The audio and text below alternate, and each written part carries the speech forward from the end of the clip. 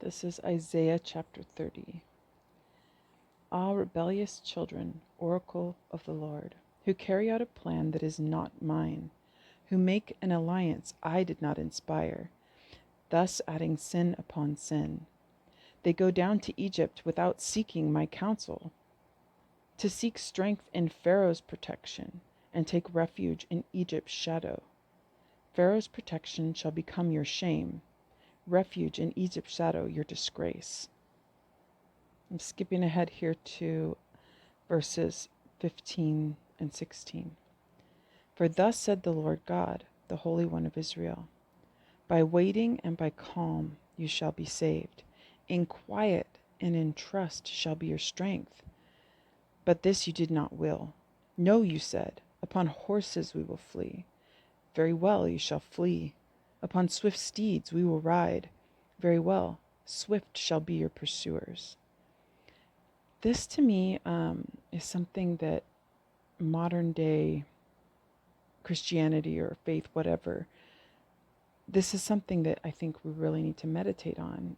Personally, it's been, I have a lot of medical issues. Just my life is, I don't know, gone through the blender lately.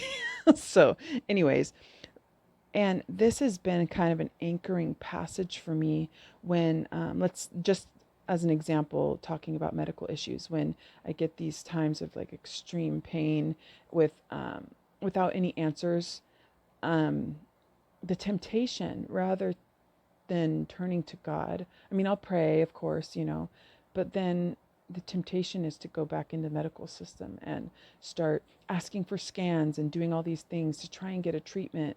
And it's only recently, and I'm not saying all the time medical issues going to the doctor is bad. I'm not saying that. I'm saying for me personally, it has been something that the Lord has been showing me. I need to be going to Him, and I need to not be going to, for me, the medical system right now is my Egypt. I keep trying to go and get help from the Pharaoh when God has told me by waiting and by calm I shall be saved. And I think that in so many things, whether it's like financial difficulties and getting a better job and doing a job search and doing education, trying to get a better degree, and all these things that have been Egypt in my life, right? And the thing about it that's so deceptive is this part right here. When we are persistent in finding our own way to be in control, because that's what this really is we are trying to stay in control of things that are by their very nature out of our control. Whether it's our financial situation, our health, our children, there's things that are just not, those are God's territory.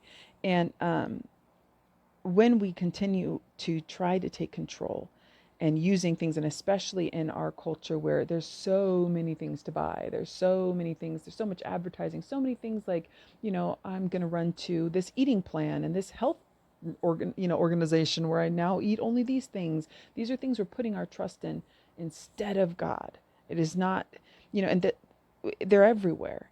But the part that's deceptive about it is, upon swift steeds we will ride.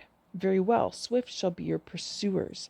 And so what happens is, for example, I go into the medical system and then I find out the problems are worse than I thought they were, and I'm having to get this treatment or doing whatever, and the deception that's there is to say, oh well, good thing I got here in time and took control of the situation, and now I'm getting this medical treatment because look how bad the problem was.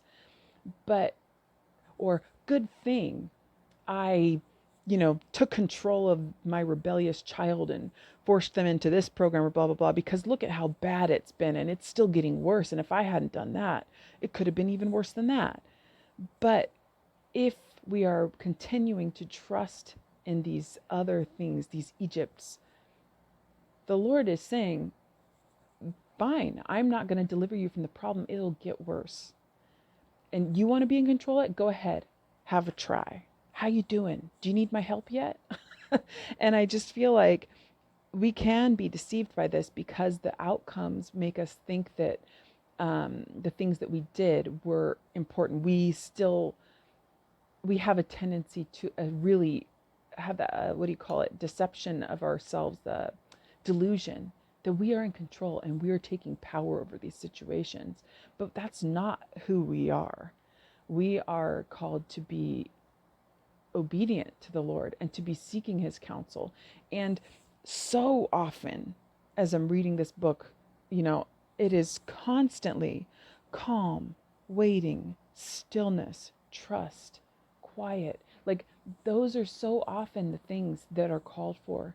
And our society is completely opposed to that.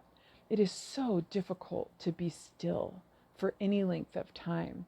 And everywhere we look, we're being onslaughted with things that are like, this can make your life better. This will do it. If you get more money, or if you get a better job, or if you eat better, or if you take this medication, or, you exercise regularly. And I'm not saying those things are all bad, but we do, without realizing it, we put our trust in these things.